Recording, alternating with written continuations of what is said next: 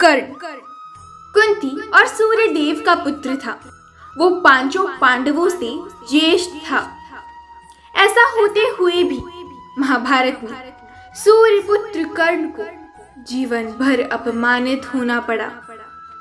ऐसी कौन सी दुश्मनी थी अर्जुन और कर्ण के मध्य, जो अर्जुन ने कभी भी कर्ण का सम्मान नहीं किया, तथा कर्ण ने भी केवल अर्जुन को ही मारूंगा ऐसा वचन अपनी माता को दे दिया।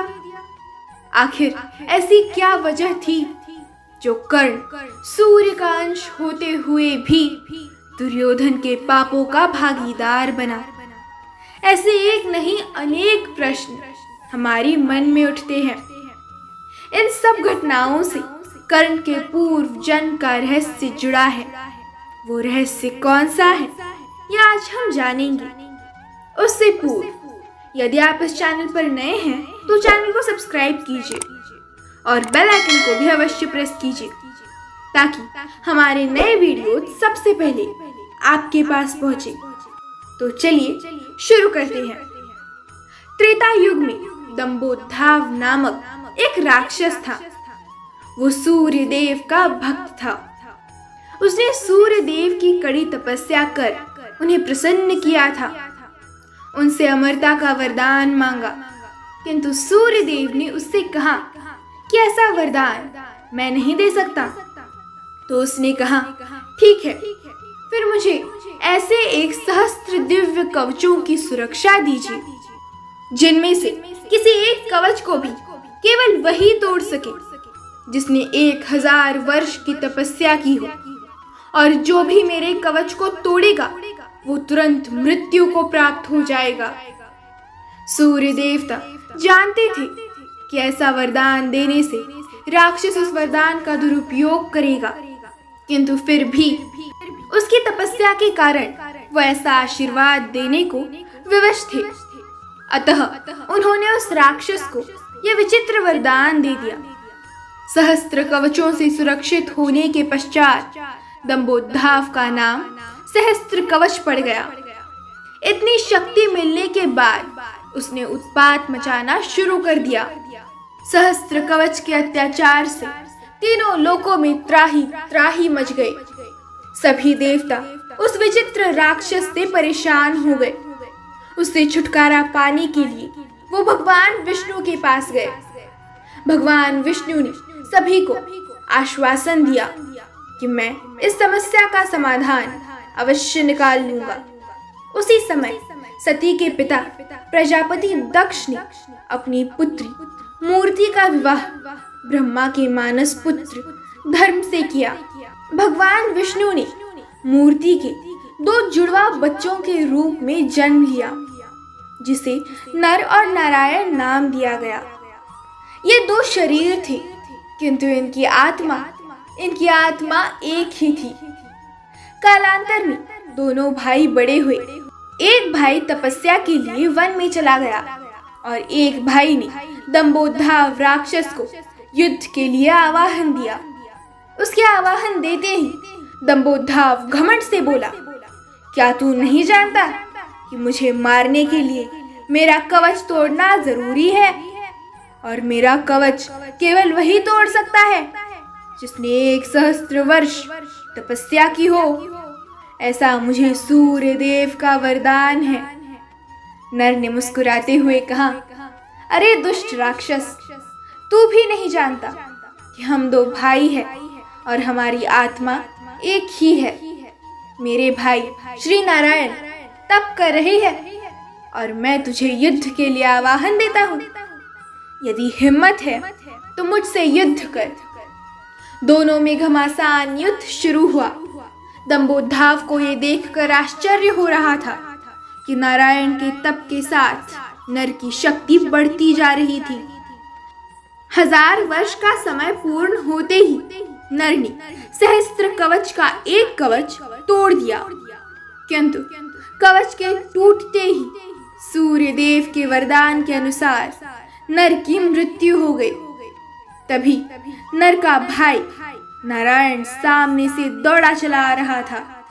दोनों भाई जुड़वा थे अतः सहस्त्रकवच ये देखकर चकित रह गया कि ये अभी तो मृत्यु को प्राप्त होकर फिर से किस प्रकार दौड़ा चला आ रहा है।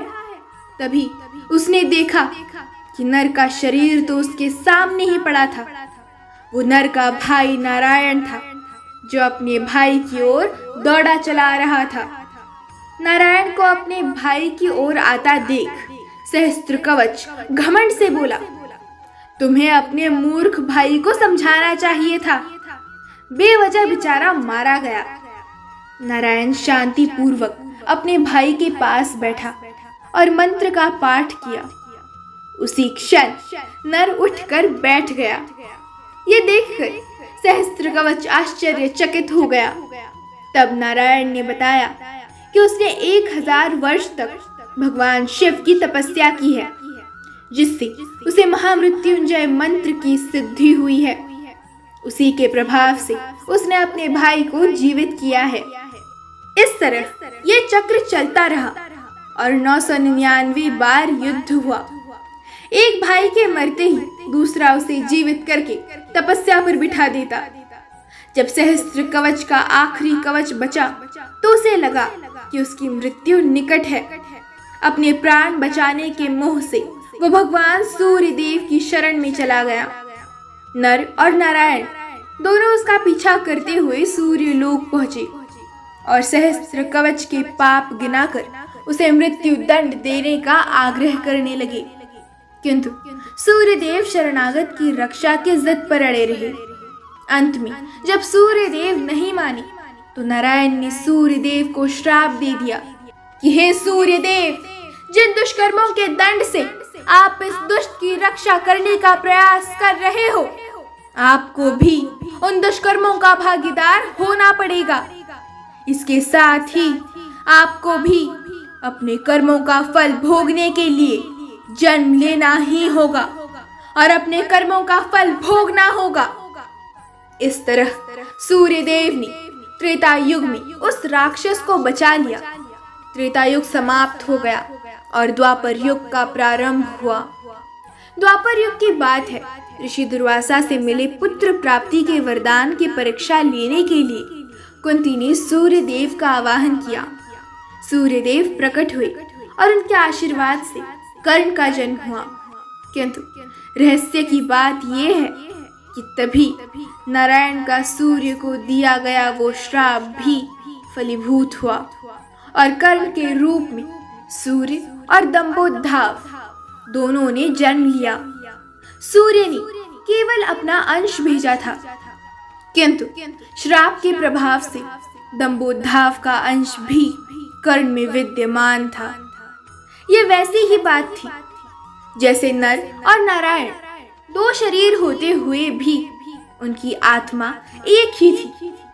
उसी प्रकार कर्ण में सूर्य और दंभोद्धाव दोनों की आत्मा अंश रूप में विद्यमान थी। दूसरी ओर त्रेता युग के नर और नारायण द्वापर युग में अर्जुन और श्री कृष्ण बने। सूर्य के अंश के कारण ही कर्ण परम तेजस्वी और वीर योद्धा थे, जबकि दंभोद्धाव के अंश के कारण ही कर्ण को कर्म फल के रूप में अन्याय और अपमान सहना पड़ा। कर्ण का कवच वही आखिरी 1000वां कवच था जो दंभोद्धाव के पास युद्ध के दौरान बचा रह गया था। यदि अर्जुन उस कवच को तोड़ता तो उसी क्षण उसकी मृत्यु हो जाती। यह बात इंद्रदेव को ज्ञात थी, इसीलिए उन्होंने पहले ही कर्ण से कवच और कुंडल दान में मांग लिए थे। अब तो आप समझ ही गए होंगे कि आखिर कर्ण को अन्याय और अपमान क्यों झेलना पड़ा। ये उसके पूर्व जन्म के कर्मों का फल था जो उसे इस जन्म में भोगना पड़ा।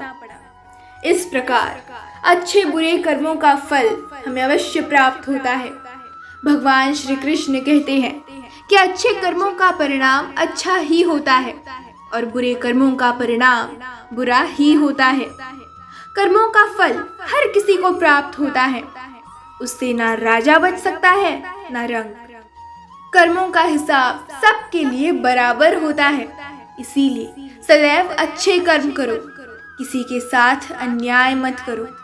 यदि आप किसी गरीब पर अन्याय करते हो तो आपकी ताकत के कारण उसने आपसे कुछ नहीं कहा, फिर भी वो ऊपर वाला आपके कर्मों की गिनती अवश्य रखता है। इसीलिए अच्छे कर्म करो और अच्छा फल पाओ। अंत में मेरे साथ प्रेम से बोलो, जय श्री कृष्ण।